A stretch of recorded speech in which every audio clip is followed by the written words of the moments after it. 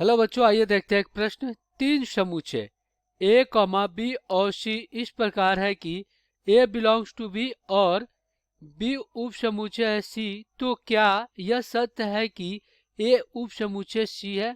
यदि नहीं है तो एक उदाहरण दीजिए। तो आइए इस प्रश्न को क्या करते हैं, हल करते हैं। तो सबसे पहले तो हम क्या करेंगे, मुख्य अवधारणा लिखेंगे। मुख्य अवधारणा, तो ये क्या होगा? देखिए, उप समुच्चय क्या होता है इसको पहले जान लेते हैं।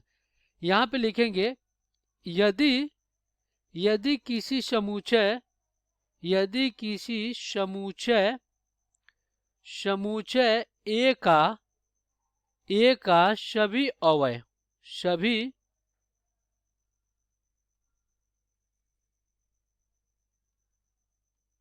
ए का सभी अवयव समुच्चय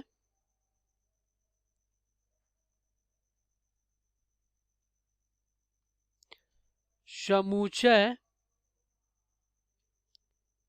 समुच्चय बी में उपस्थित हो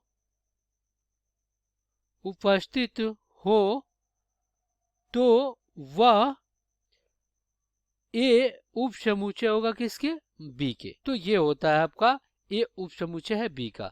अब आइए इस प्रश्न को हल करते हैं। तो देखिए, इसमें तीन समुच्चय ए कॉमा बी और सी है, तो यहाँ पे लिख लेते हैं ए कॉमा बी और सी, ये तीन समुच्चय हैं।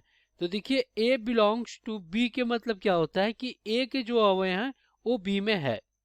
तो इसके लिए हम क्या करेंगे, एक उदाहरण लेंगे। हम मान लेंगे, माना समुच्चय ए जिनके अवयव क्या हैं, एक कामा दो है। एक कामा क्या है? दो है। अगर हम क्या करें, यहाँ पे समुच्चय बी ले लें, इसमें क्या करें, एक कामा दो कामा तीन ले लें। तो यहाँ पे देखिए क्या कहेंगे कि जो ए के सभी अवयव हैं क्या है? बी में है, यानी ए उप समुच्चय है किसका? बी का। सभी अवयव किस में आ गए? बी में आ गए। अब देखिए, अगर हम क्या करते हैं, सी ले रहे हैं जिनका अवयव क्या है? एक, दो, तीन और क्या? चार। ये अपने सी के अवयव हो गए।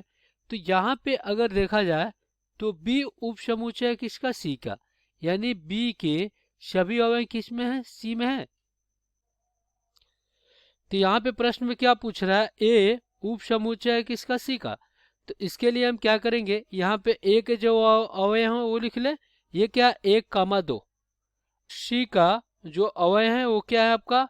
यह एक कामा दो कामा तीन कामा चार, यही है। तो यहाँ पे देखिए, ए का प्रत्येक अवयव सी में उपस्थित है।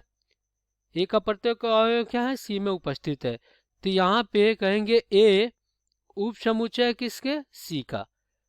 अतः यह कथन सत्य है। तो ये क्या हो जाएगा, इस प्रश्न का हल हो जाएगा। आशा करते हैं बच्चों ये प्रश्न समझ में आया होगा। धन्यवाद।